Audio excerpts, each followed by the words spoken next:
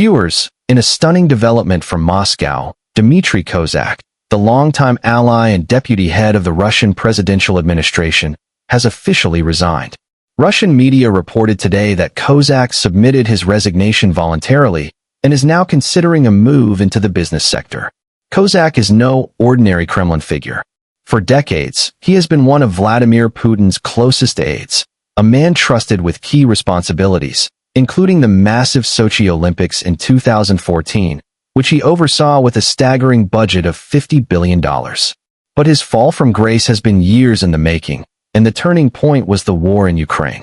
Back in February 2022, when Putin convened his Security Council to discuss the invasion, Kozak was the only high-ranking official who openly opposed the war. At the time, he argued for diplomacy and peace talks instead of military escalation. In the early months of the war, he even led negotiations with Ukraine on behalf of the Kremlin. But as the conflict dragged on, Kozak's influence quickly diminished. Reports suggest that President Putin began to distance himself from Kozak, effectively stripping him of his authority. By late August this year, the Kremlin abolished the very departments Kozak had overseen: international cultural relations and cross-border cooperation. This was seen as a clear signal that Kozak's time in politics was coming to an end. According to the New York Times, Kozak once again urged Putin recently to consider peace talks instead of prolonging the war.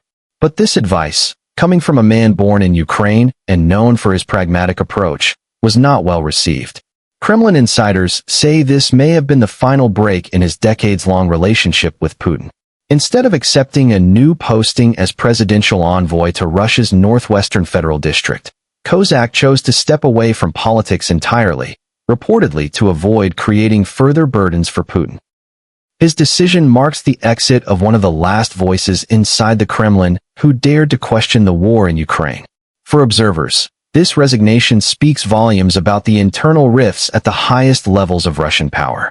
Kozak was once described as Putin's foremost aide, yet today he walks away from politics, distanced, sidelined, and now stepping into the unknown world of business.